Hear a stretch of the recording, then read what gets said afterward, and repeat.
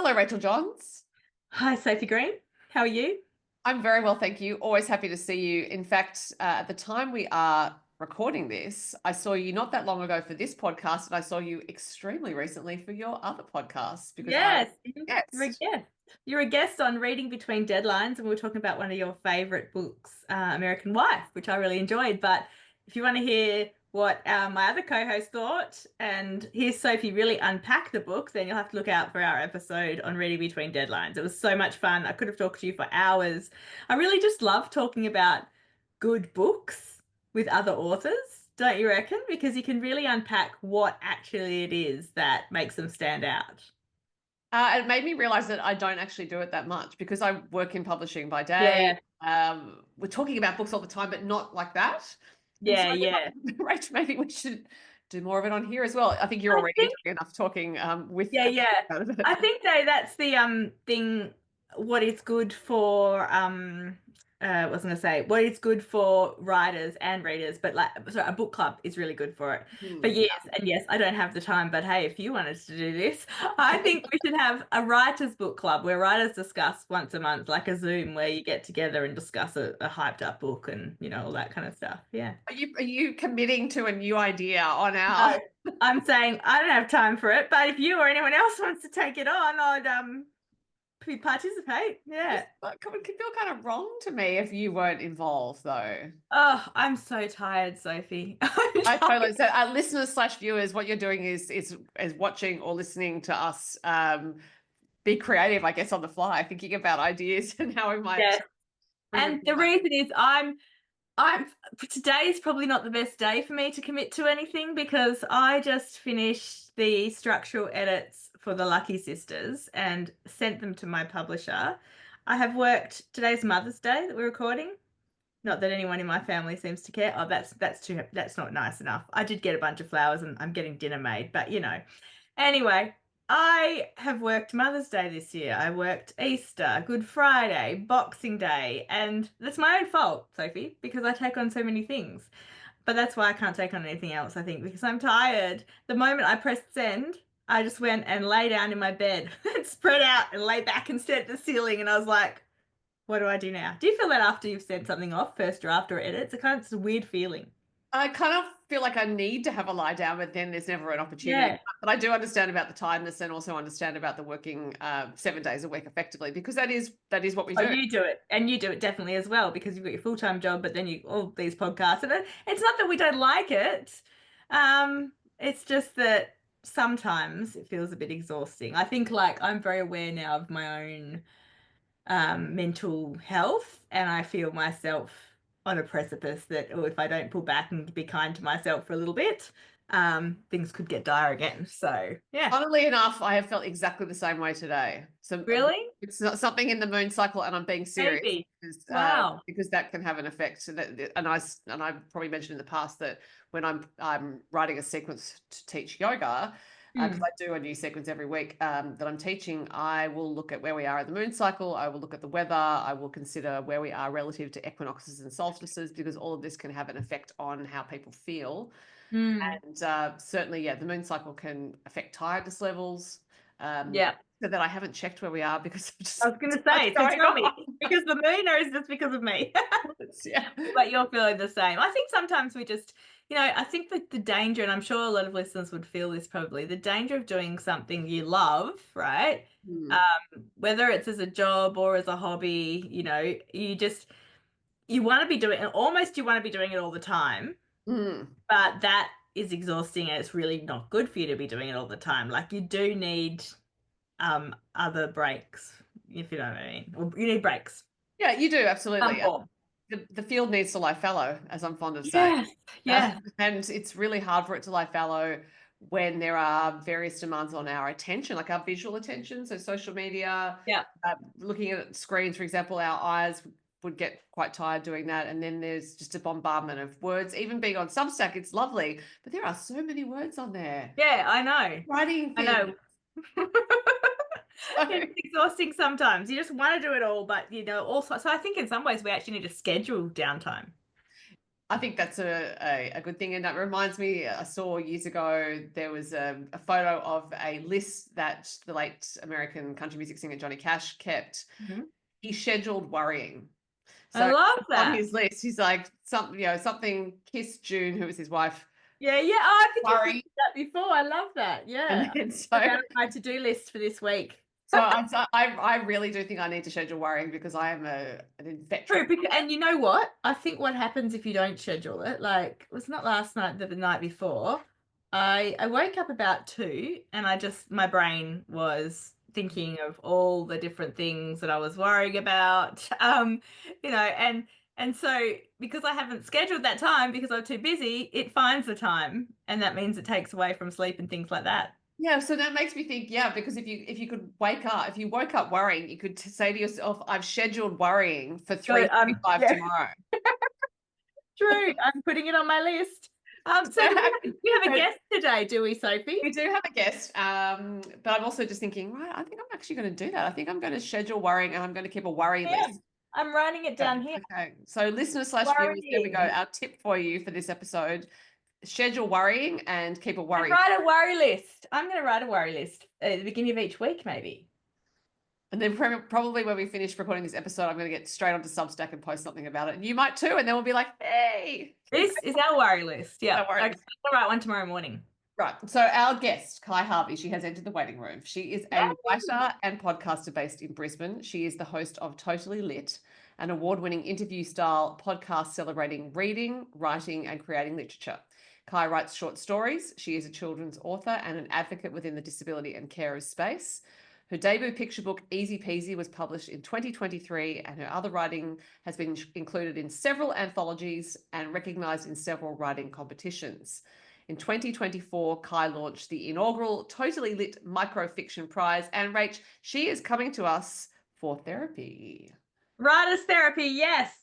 I hope that you're ready to do therapy because I'm like feeling a bit tired and like I need therapy myself, but I'll give it a go. Well, look, if you happen to be needing a therapy during the session, of course, that's fine. You just let me know. I will offer it to you. This is Ky's moment. Let's bring her in and get going. I'll put you on pause. Here we go.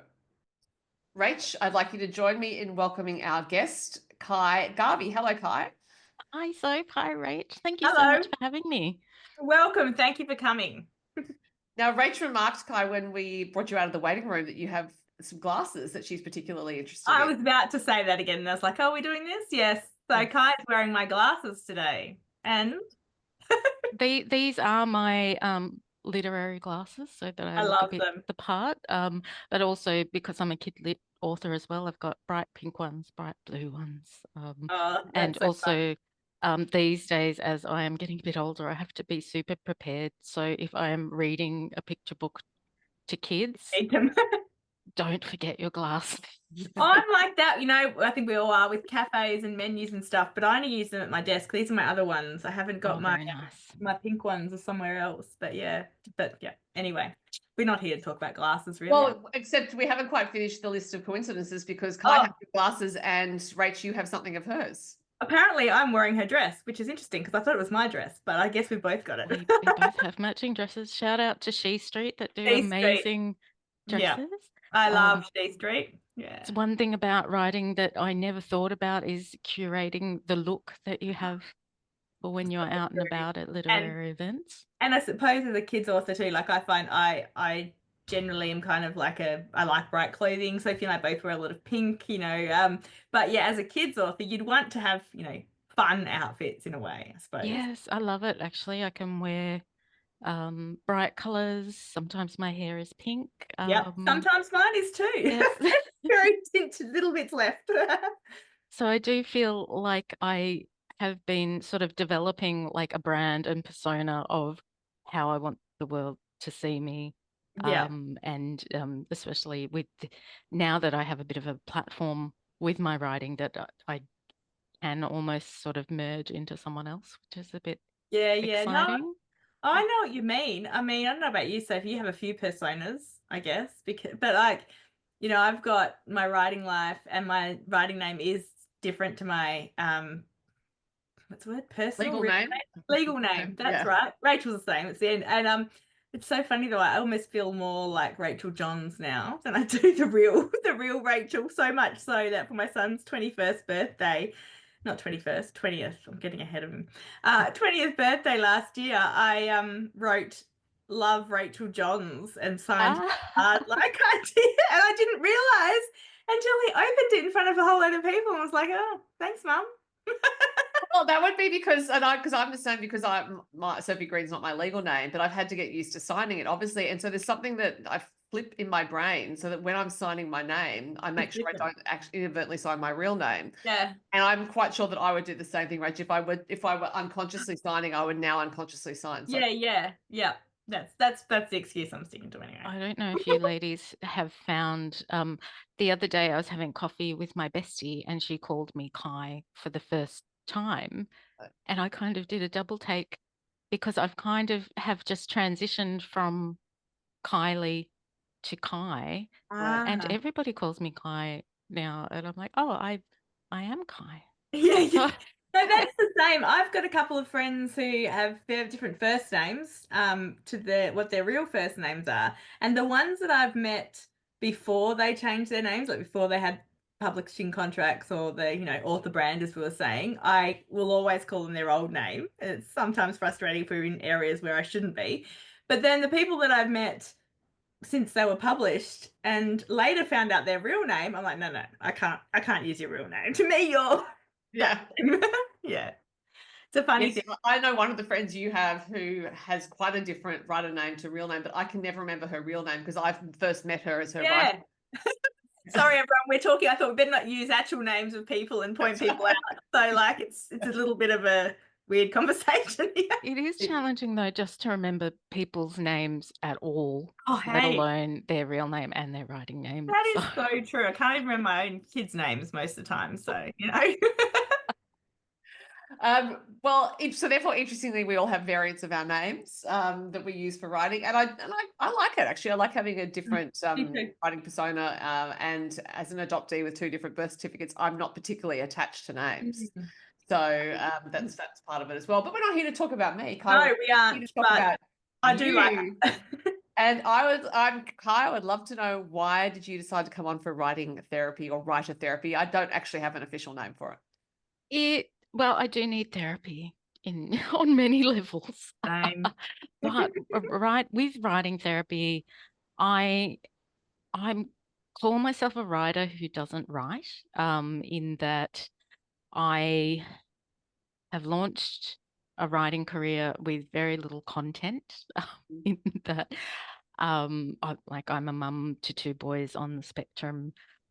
Most of my day life is working full time, and I've just found creative ways to write in the cracks, and that works. So that's 5 years of my past writing at the moment is writing short stories, writing picture books, and I've had, I guess you would say, moderate success in that I have 1 picture book published, and I have about 3 competitions where I've placed in the top 3, and have been in anthologies.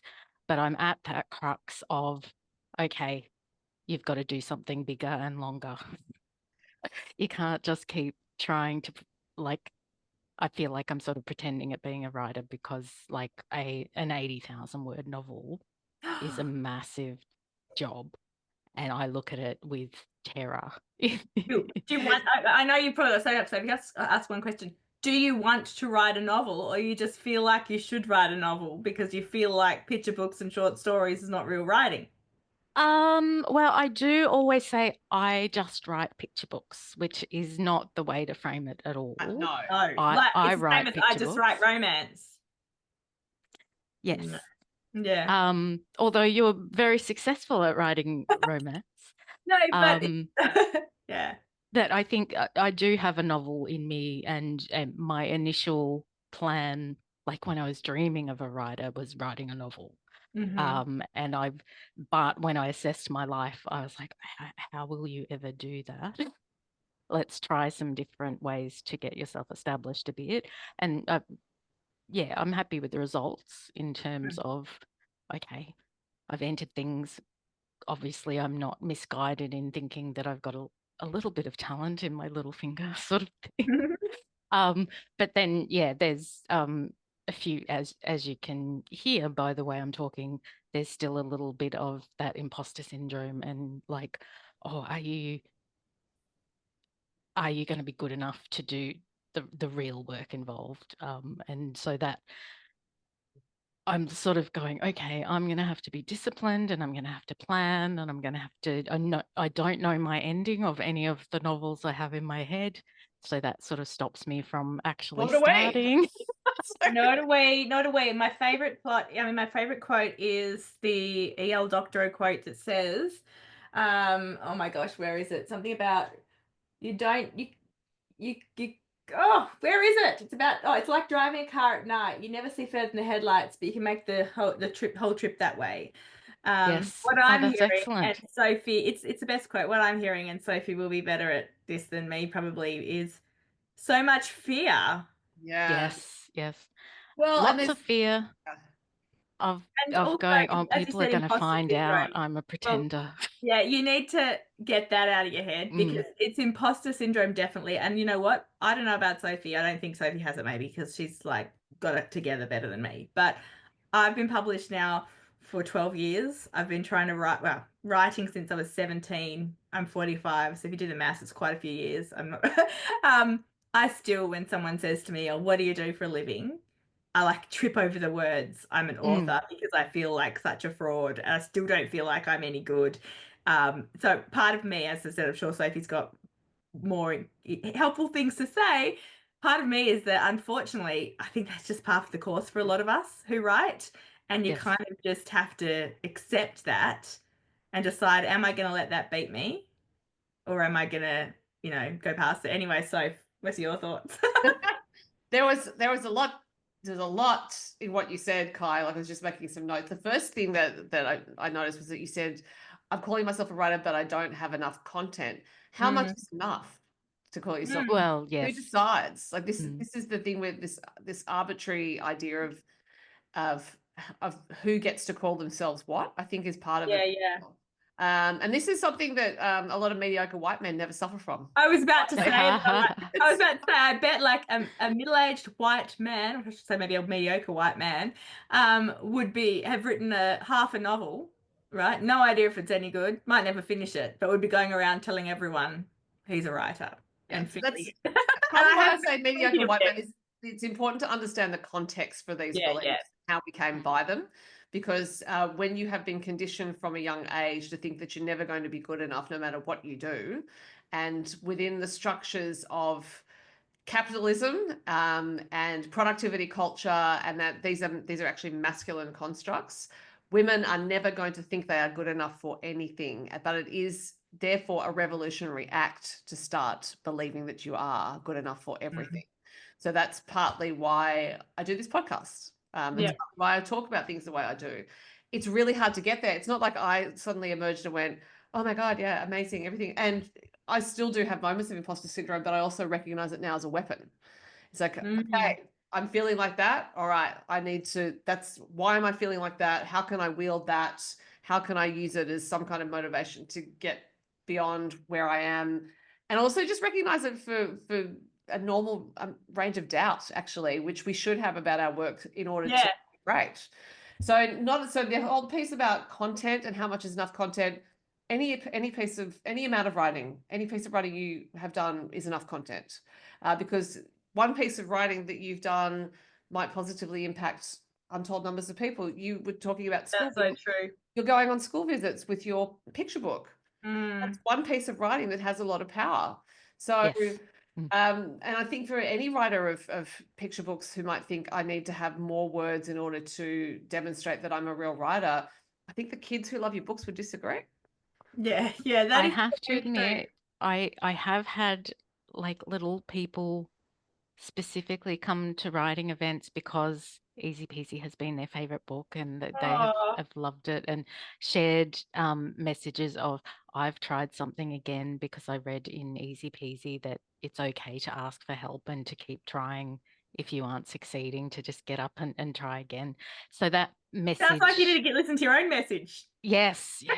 I deliberately put that in the manuscript though, because I do know it's something I need to do myself, but it's also something I ask my boys to do.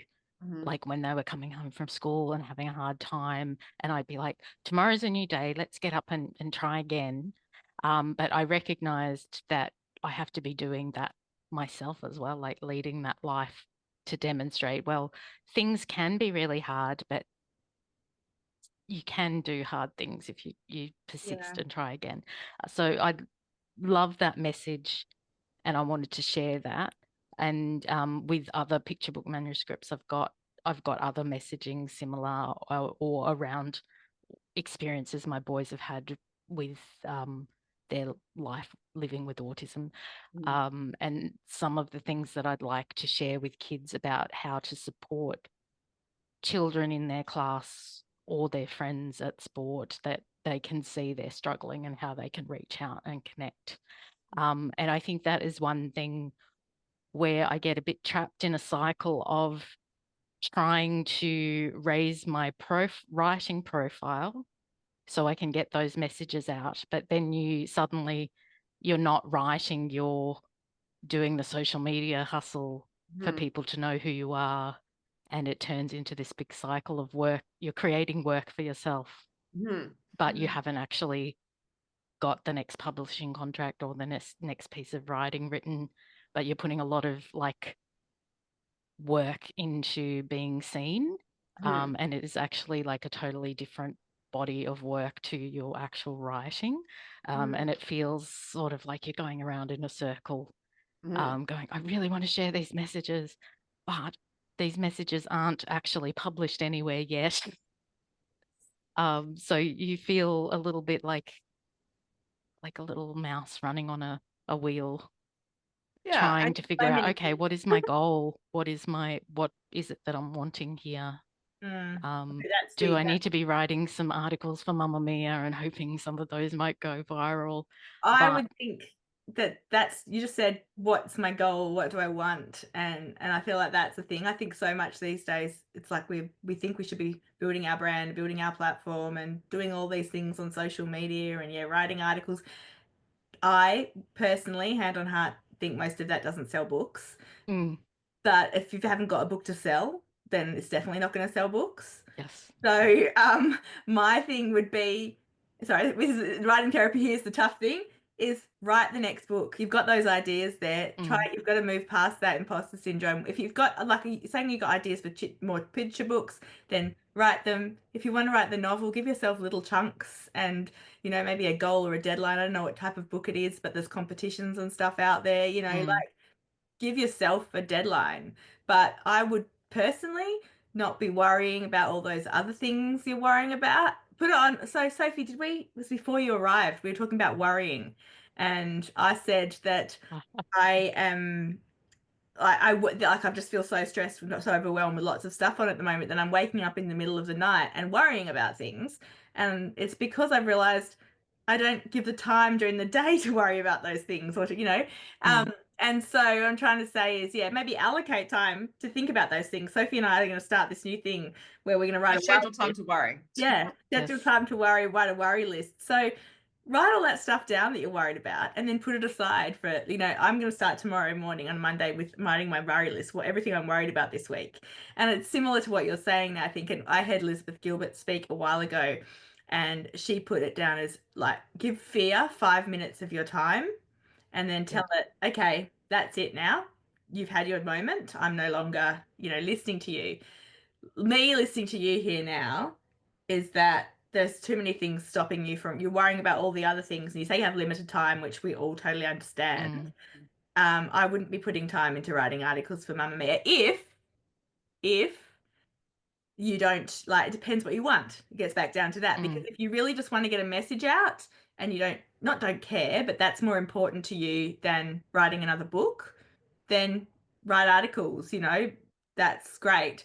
But if you actually want to write books, fiction, picture books, short stories or whatever, then don't worry about, building that platform, promoting them, worry about building that back catalogue and actually getting some books out there. Sorry, I don't know if that makes sense. Or so if you want to give that does definitely make sense. And I think that you have answered it is something I already know is that I just need to be sitting down at the laptop and tapping away. But we know how hard that is as well, right? Like Yeah. my last book has taken so much longer than the previous ones. I think I should be getting quicker. I've got less kids, around that are asking the same time. But I have been doing a lot more actually of platform stuff, right? Platform building. I have been doing this podcast with Sophie. I've got another podcast with my friend Anthea. I've had 2 books out in the last 6 months, which I've had to tour for and do. That, of course, the writing's going to suffer, right? Like And you have your book club Yep. and your retreat. Yep, exactly. So I think the thing is, it's advice for me as well as you. Like, if you've got to prioritize what you want, because there is never enough time to do everything that we want. So like, I enjoy doing all those things that I've just mentioned, but it has had a toll on actually my output. You know what I mean? Yes. So you kind of have to work out what and we talked about brand before, and I think Annie and I both have a wonderful virtual assistant called Sophie and I both have a wonderful assistant called Annie, and while she kind of agrees with me that social media individually doesn't necessarily sell books, so each post you put up doesn't. Yes, as a whole, you're building a brand and it's brand awareness and that, but you want to have stuff for to actually sell. So yes, that's the first step. You've got your picture book, which is great. It looks so cute. It's doing well, and obviously it's hitting people's hearts and stuff, which is the most important thing. But if you want to do more of that, then I'd focus on doing that, and the brand will come. Sorry, Sophie. Well, and this actually comes to quite a tender place, which is to be able to articulate what it is you actually want. And I don't mean what books do you want out of the world. I mean, what do you want out of this life? I actually think it's a bigger question than that. It's that just putting books out. It's actually, if what you want in this life is to communicate with people, it might just be you want these messages out in the world. This, whatever it is, and this is not for you to answer this now. It's actually just taking that time to sit in 5 minutes. It can just need 5 minutes. It doesn't need a whole lot of time. But just go, what do I actually want? Do I want to be a writer, in inverted commas? You can go for that, but attached to that is this sort of scurrying around trying to find which kind of writer you are. If what you want to do is connect, if it's a different function, what I want to do is connect with people who can benefit from the messages I have to tell them. There are various ways to do that. If in your heart of hearts, what you really want to be is a novelist, then that starts to shape the other things that you're doing. Because if you decide that what you really want to be as a novelist, then I might say to you, don't worry about the picture books.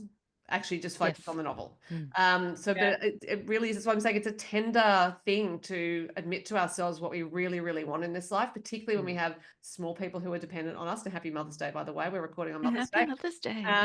We might actually want multiple things too. That's the problem if you want it all, right? Yeah. Prioritize. Yeah, and it's also it is really challenging to find time when there are small people who depend on you, particularly those who have special needs, and you would feel like you are the lowest priority. In actual fact, Mum, you are the highest priority, because those that is an interesting lesson to learn, in that when you start putting yourself first, your family actually benefits from it. Even though we all are like, oh no, I can't. I feel too selfish to go do this writer's course or go to this retreat. But the happier and more content you are as a person makes you a much better individual and parent, in terms of the happier I am, the better version of myself my family gets. That's your power in the family. And my friends and my parents and all the people around me benefit from me taking care of myself. But it's taken me a lot to switch my mindset about remembering who I am and putting myself first. And being a writer is what makes me feel like me. And acknowledging, okay, I've got a talent that I can share with the world and the world will benefit from that. But I've been raised to be very humble and I kind of will kind of cling to the walls at events, and like it's taken a lot for me to put myself out there. And I'm much more confident than I was. But every now and then that fear and lack of confidence will raise its head again. And just sometimes some situation will take you back to when you were a quiet little girl feeling worried about who would be your friend and who wouldn't be your friend. Yeah. And as a grown woman, that comes back to you. And I have found, though, through my writing, it's given me a voice and a platform to advocate for myself and advocate for others. So I often share on social media. If I'm having a bad day, I will share it because I know that it helps the people around me as well. So often at events, someone will come up to me and say, "Thank you so much for sharing this particular post. I went and got some respite support for my family because we needed it, and yeah, you prompted me to do that." So that kind of thing, when I write just a post, just content that's on social media like that, I'm like, okay, sometimes you have to admit your shortcomings, which they are just natural reactions to what's happening around you, but it's helping someone else as well. So yeah, that I feel like to be able to do more of that, though, I need to have more content to have that platform. So I guess I'm looking at, one, writing a novel is something that I will feel happy to have achieved in my life as a goal, but also it will give me another way to share the messaging that I think is important to share from my heart and from my brain. So you've obviously got an idea for the novel? Yes, a kind of a middle grade kind of novel, which will have a bit of like supernatural magic themes in it, but really it will be I guess, a coming of age kind of where the main character finds their own power. So love that. really just me, I guess. It'll be Hey, a demonstration of personal, right? You know? Yeah.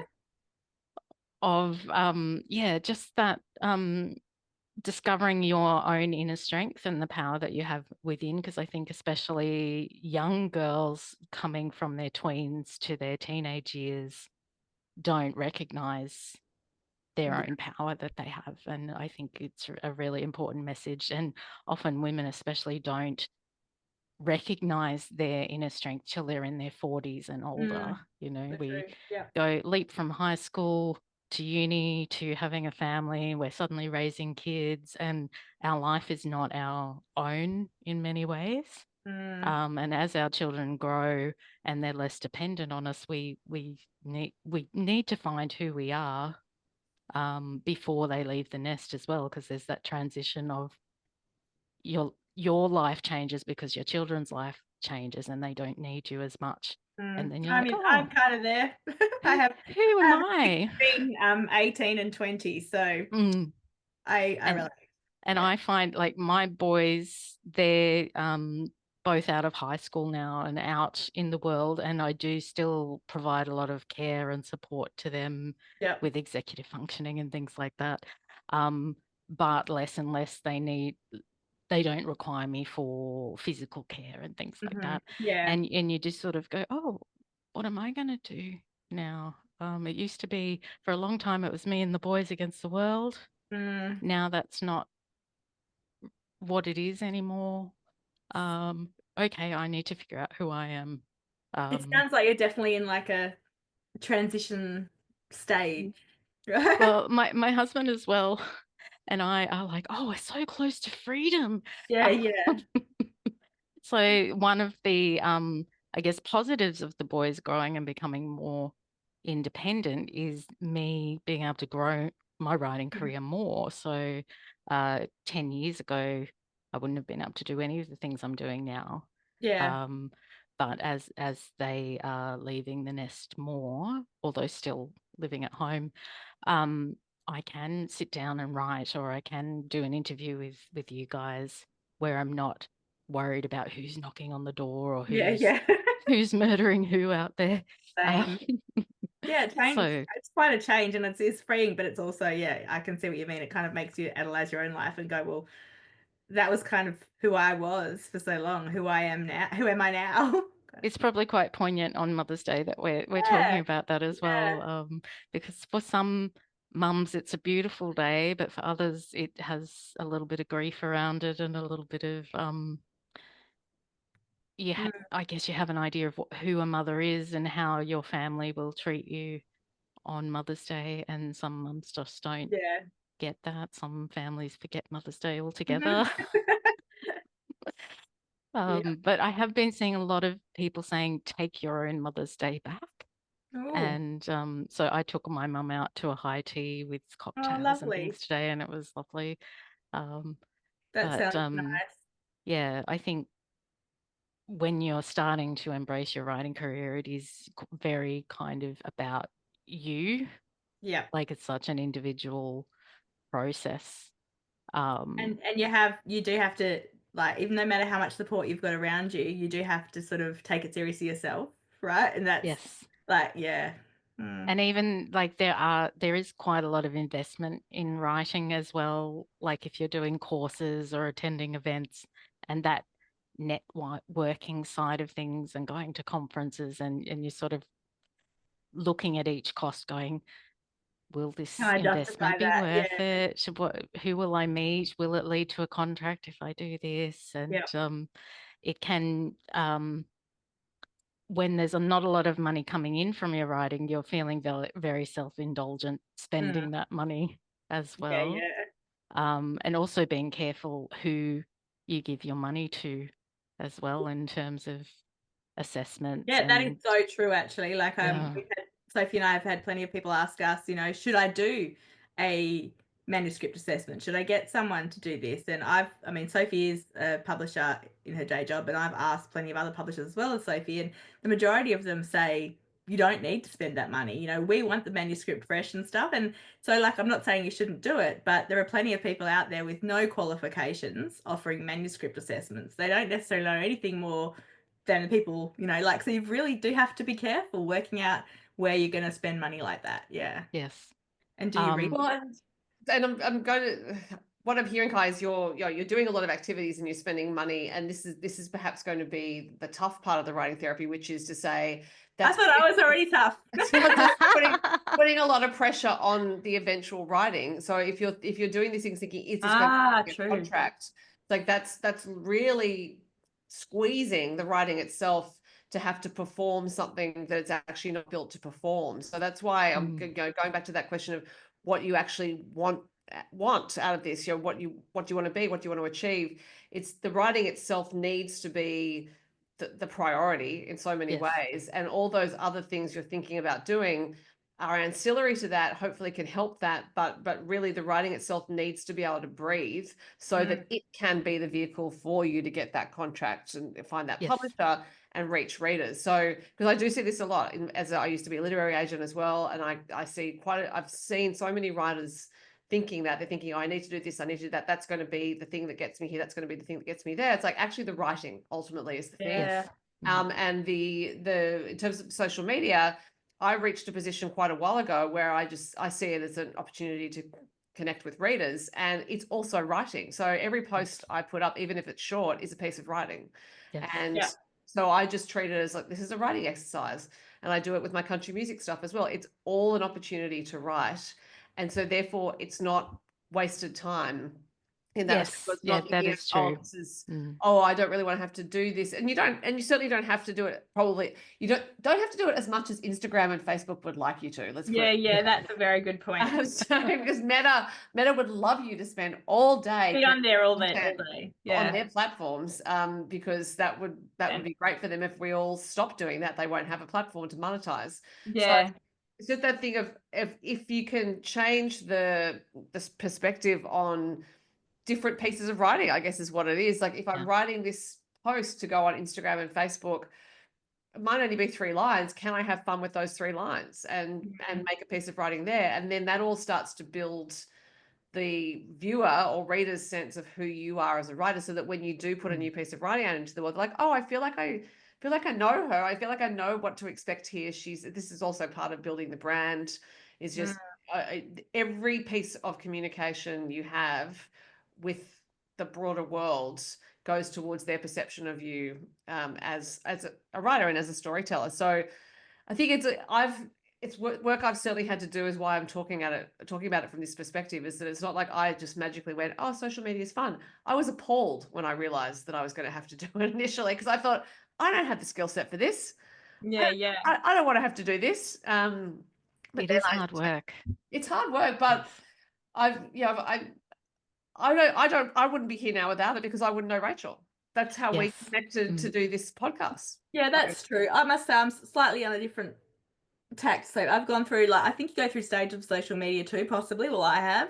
And, you know, like Sophie, I've met so many people through social media. You know, often people say that writing is a solitary career. I don't think it is at all. In fact, sometimes I wish it was more solitary. Maybe I'd get more work done if I wasn't like chatting about books and messaging people on Insta and, you know, all that. But the best social and media advice I've ever gotten, I've been to a number of conferences and also had media training from publishers and that. The best advice I've got is not the one that everyone gives, which is schedule your social media posts and work out on Mondays, show a picture of your cat, and on Tuesdays, you know, say what you're having for dinner and all that kind of stuff. And Wednesdays, the best advice is only do it if it's fun. Only do it if you enjoy it, because otherwise, and you don't have to be on every platform as well.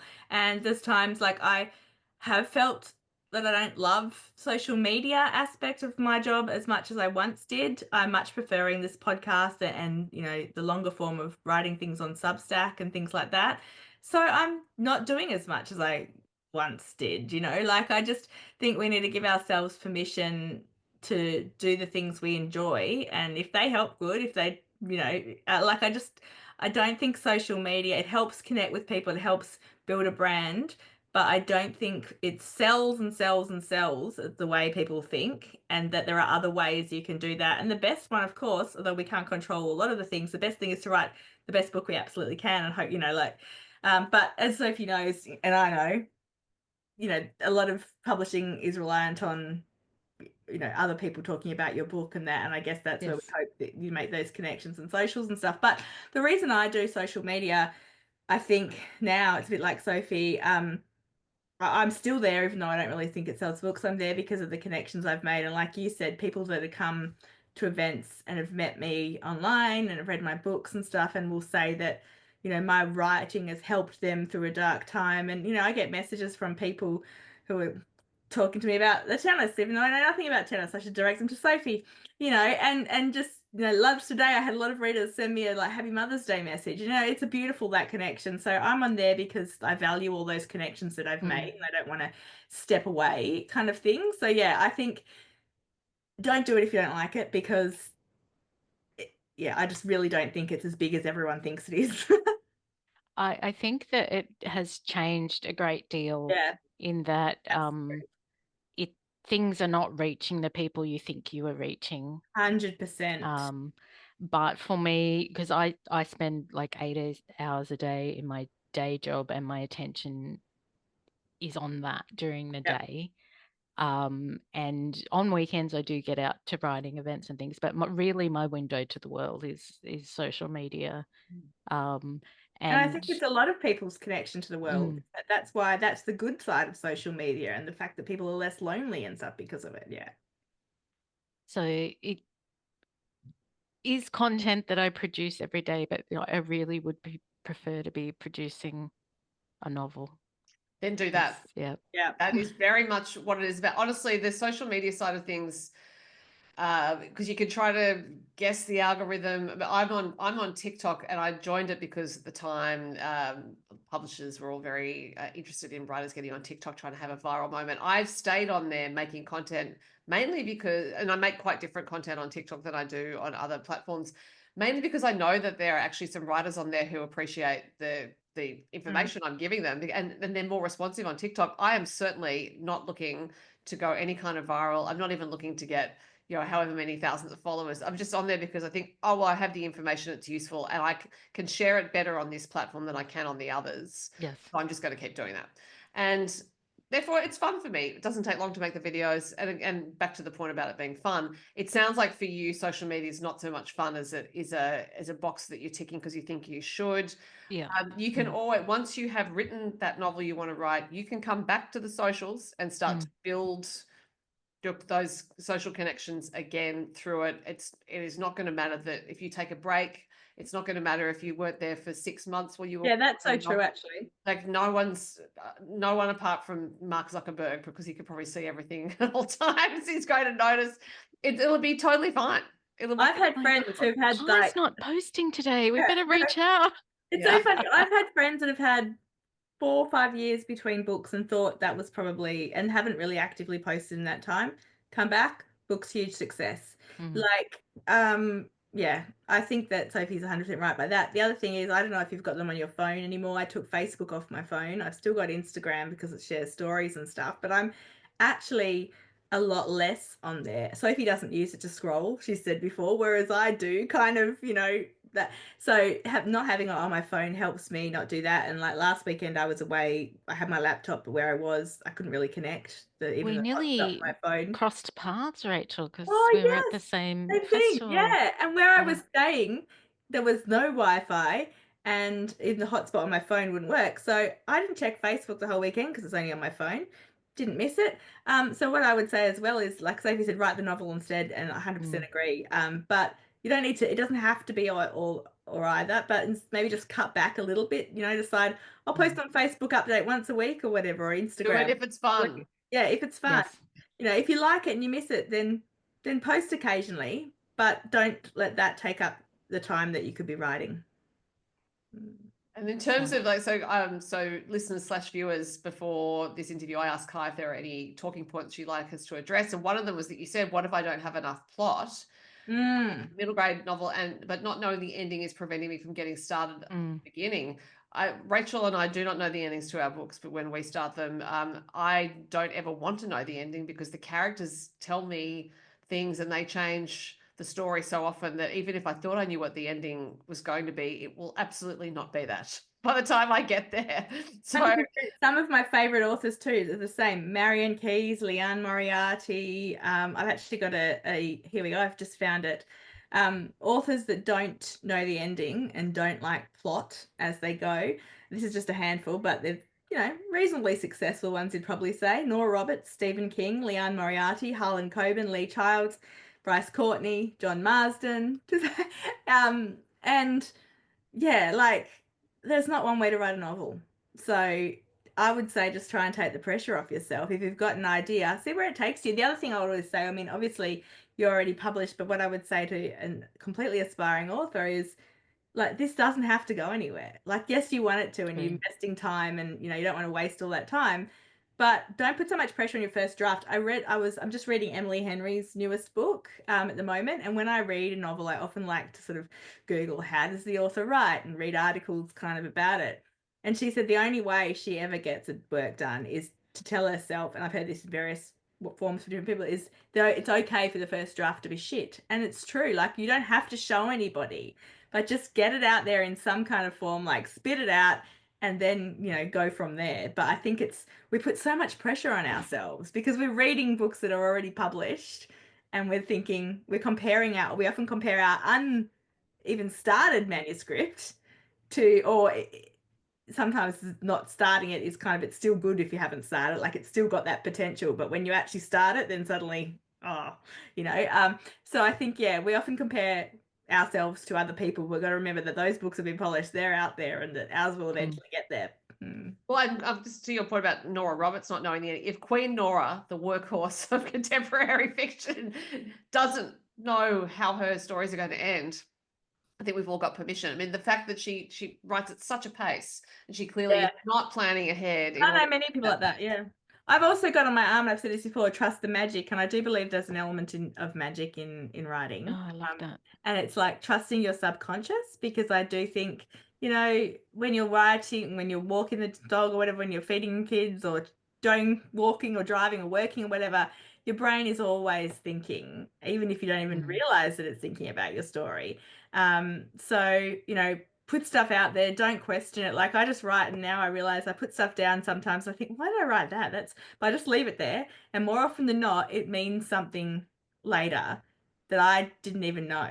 So I do think, you know, sometimes you have to just trust yourself, trust the subconscious, and see where it goes. If you've got a general idea and you've read stories in your life, you know you can do this. I believe it. Yes. The irony of it is that I want the writing career so badly. Like I think that is part of the problem, is I want it so badly. All I have to do is get those words on the page. But the cycle of I want to write a novel, that seems too big. I can't get it started. Okay, so now, Ky, I'm going to tell you that this is the writing advice I give to absolutely anyone who asks me for advice, which does happen a bit. Get out of your own way. Yeah. Yes. I'm definitely in my own way. Yeah, that this is actually where most things stem from, is being in one's own way. And I have to remind myself from time to time, because I will get in my own way. Sometimes I will subconsciously do it on purpose. I do it a lot. It's so the longing for the writing career is absolutely a grasping energy, to put it in yogic terms, a grasping energy that will stop you getting those words on the page, because that's kind of tying things up in knots. And I'm not saying grasping as a pejorative. It's that idea of really holding on to something so tightly that actually you're not giving it room to breathe. Yeah. You're not letting it become what it's meant to be. And you can expend a lot of time and energy on that. And those words are just, it's almost like they're kind of grasping onto them in your chest almost tightly, and they're just not coming out. And I think I'm guilty of that. Like I've really only been writing for 5 years. Like I believe I was born a writer, but I've really only been trying to make it a career in this last 5 years, and not actually acknowledging the successes I've had in terms of, I'm like, oh, I've got a couple of things in anthologies and I've won this award and I have this picture book and I have this podcast, but I don't look at those as achievements. You're looking at what you don't have and what you haven't. Yeah, and I'm still looking forward going, but I don't have this yet. And the pressure of getting a second book published when you've got one, and then suddenly I'm like, oh, it's now 2 years old. Maybe I'm a one-hit wonder who will never have another publication. You definitely, what Sophie says, need to get out of your own way. Yes. But can I also say that I have to constantly remind myself, similar, because no matter what stage you're at the journey, like it's very easy to forget about what you've done, right? Like I've got a whole load of books here next to me that I have published and written in the last decade or so. I never really look at them and think about that. I think, I do, because I force myself. Like Sophie said, you have to like actually really sometimes talk to yourself about this. All I ever wanted was to get one book published. Well, actually, what I wanted, that's not exactly right. All I ever wanted was to be published enough that I could not teach. Like, not that I hated teaching, but I wanted to do this. Like you, I wanted the writing career rather than teaching. And I'm trying to ask myself, why did I want that? I'm trying to think, because that's what I was going to ask you. Like, why do you want this career so badly? But pause that for a second. I'm constantly thinking, well, as I said, I don't do it as much anymore because I've forced myself not to, but it's very easy to fall into the habit of thinking, well, I don't really have an overseas deal, you know, I don't have the movie deal, someone else has just got a TV signed, you know, why do they sell that place and I don't? And, you know, like, why does a publisher put more effort into, you know, it's very easy to look at what you don't have, but it's a surefire way to be unhappy, right? To be discontent. Yes. And the only thing we can control is the book. And so I like to remind myself, I've got what I wanted, right? And I know you haven't got there quite yet. Like you haven't got that writing career that you want, but you have written a book, you know, you have got those successes of stories and, you know, so like, it's true. We need to focus on what we've done and not berate ourselves for what we haven't do, some of which is out of our control. Let's face it. Like, that is true as well. But what's not out of your but it's not what's not out of your control is actually writing a book. But yeah, I would actually think, like, why do you want this to be a career? Well, I think it's just who I was meant to be honest. Like, it's in my DNA to be. I was wanting to write from 6 years old. The best thing Sophie says is, get out of your own way. We maybe should check in with you at a certain time and say, like, we'll give you a deadline for this novel. Well, that's because, Rachel, you have, of course, introduced one of my favorite subjects, which is you've inadvertently introduced it, which is the tendencies, the 4 tendencies framework by Gretchen Rubin. And if you don't know it already, because. What do you think Ky is? Obliger. Ah. And then and actually you saying maybe we should set you a deadline, that could actually be part of it, Ky, is that if you are obliger tendency, this is Gretchen Rubin's 4 tendencies framework. Obliger is the largest tendency. Obligers need accountability partners. Yes. And they often will beat themselves up for the things they're not achieving, when really they just need someone to hold them accountable. And it's something that she has a podcast called Happier with Gretchen Rubin. And a lot of obligers are really down on themselves. They're like, I should have done this, I should have done that. And actually the solution is just find someone who can be your accountability partner. And then you have that regular deadline. And look, Rach, maybe you and I should start an accountability group. I don't know, but I would add to our list of worries just at this point in time. But I think that can also be part of it is, and I'm very fond of saying that anyone engaged in creative work should know their own nature. Yeah, I do know my own nature in that I could procrastinate this book for the rest of my life. Okay, you're definitely. How are you not going to do it? I'm not going to do it. I'm going to sit down. Well, I think I just have to start. Like if I can just sit down and go, don't be worried that you don't know the ending. Just get the start down and I know it will come. I think, as you said, a novel is a big thing, right? Whether it's a middle grade novel or a adult novel, it's still like a bigger story than. I mean, I know of anyone who can write a picture book. You know, like I just think like picture books are really hard. I'm like, no, and short stories even. But you're right. It's probably seems less daunting to go into that because it looks small, right? Even though we know it's not. Whereas a novel is a big thing. So I would break it into chunks. I would give yourself, like, work out how much you can write each day or even a few days a week, really block the time out and say, I'm going to try and write something at this, three times a week. And I'm going to try and write for 300 words only. Give yourself a really small target, I think, because then you're more likely you might go over it. But, I've read this, like if we give ourselves, 5,000 word target or whatever, it just seems overwhelming. And then I used to actually aim for 2,000 words every day. And I used to really berate myself if I didn't get there.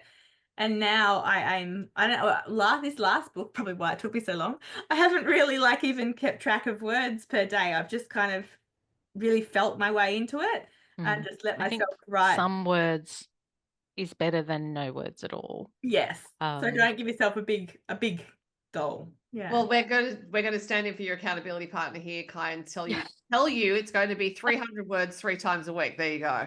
That sounds good. I'm good. Even writing this down right now. Yeah. That's good. 300 words 3 times a week. And, you can do more, but you must do that. Yeah. And I think too, I had an idea, like I love my boys so much, but I was like a single mum for 10 years before I married my husband. And I had this idea that having a writing career would create time for me to be with my boys. But what it's actually done is created less time. Yeah. Because realistically, I haven't made a lot of money from a picture book, which all picture book authors will tell you. The money is not really in the book itself. It's all the activities you do, school visits and visits and things like that is where you make money. So I'm still in my day job, still doing all of the responsibilities for my boys, managing their health and their Centrelink and all of the NDIS plan, etc. So I have less time now because I have all these writing activities as well, and sort of still feel like I have not achieved what I thought I would achieve from having a writing career, other than I do have self-satisfaction. So that is a great thing. That's important. Yeah, that is important. Yeah. But so the idea of I can launch a career where I can then step back from full-time work has not been a reality, and it's probably still years off especially without a novel. I mean, I would say sadly though, it's not a reality for the majority of writers, No. really. I still have a full-time job. Mm. So yeah. And I wish I did. No, because that's the other thing, right? I've spoken about this probably before on the podcast. Like, I rely on my income of my novels 100, like for, you know, it's my income pays our bills, our mortgage, and the majority of the stuff. Especially since my husband has retired, he thinks. But you know, like, and the pressure of your creativity, the thing you love, having to pay the bills, it means that, you know, you have to do it on days like Mother's Day, you have to do it on the weekends, and that takes an element of the joy away. I work really hard to make sure I keep it. But yeah, like, so it is like quite unlikely that writers in Australia will be able to have, like, their writing would be able to support a full-time job. As you said, kid lit, you know, often there's a whole load of other things you can, and so many authors I know, do other jobs in the industry or related to stuff. But yeah, it's quite a big goal to a big ask of your writing. Yes. Yeah. So I have become more realistic in what the future looks like in terms of work-life balance. And I will be probably working full-time till I retire. But I do I love my writing so much, I'm not going to stop. That's good. I've just got to figure out how to make it work. And get, else. like, I know I've got these beautiful stories in me that I feel like I just want them to be out in the world. So I've just got to figure out how to make that happen, and then sort of forget about being, like, that idea of being known. Like, it's really complicated in terms of I'd like to be a writer who just hid away and nobody knew who I was. Well, you know what? But that doesn't sell books. Well, you know, I can tell you that I do this for career, and the majority of people have no idea who I am.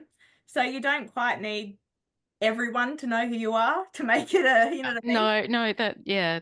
In terms of, you need the people who enjoy your work and will read your work. They need to know who you are, but the world at large doesn't need to know who you are. Writing is the one occupation where you're very unlikely to become a massive celebrity. So most people don't know what we look like. And it's not in our natures either. Like, for me, like, I did a workshop at the Sunshine Coast Hinterland Writers Festival, and that takes a lot of my energy to force myself up in front of people. In that it's not my natural environment. I'm much more comfortable behind a microphone chatting like this than standing in front of people. I would say that I am quite comfortable public speaking and things like that. My minor is in drama, but it's still super exhausting and it takes a lot out of you. So that's totally understandable. But Ky, I think we'll probably leave it there just because we've talked for an hour. While, and I hope we've helped. I want you to go and write. Now, this is the thing, like, it's you need to go on. So I've got my 300 words 3 times a week. 300 words 3 times a week. Yes. And if it would help you to feel that you're going to have to report back to me, then I would like a report in a month's time, please, in email of how many words you've written. Yes. I definitely need that accountability, so I'm happy. Okay, well, 1 month's time. Please tell me how many words you've written. There you go. Yeah, I love that. Let's do it. But we will leave it there for now. Thank you for being our guest. Thank you so much for having me. Yeah.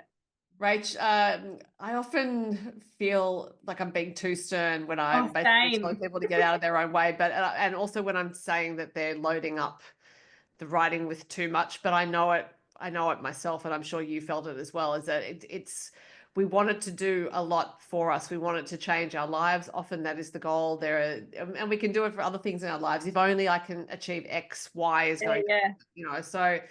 We put so much pressure on ourselves, don't we? Put a lot of pressure on ourselves and on the writing. And I have to tell you, as someone who reads a lot of manuscripts, you can see it on the page. Oh, really? What do you mean by that?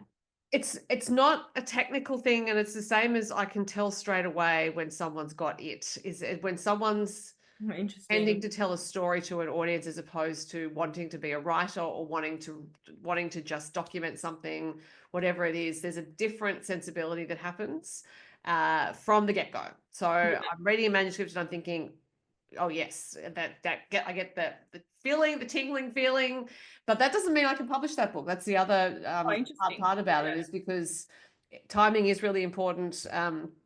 And it's not something that anyone can anticipate, because no writer who's submitting a manuscript knows what else agents and publishers have on their lists. They don't know if there's someone who's written a story relatively similar to theirs, or that maybe that the list is full for the next 2 years. That sort of thing can sometimes happen, where there might be a publisher who wants to publish that picture book, but they're like, well, I'm scheduled 2 years ahead, so I could take it on, but you're not being published for another 3 years. Yeah.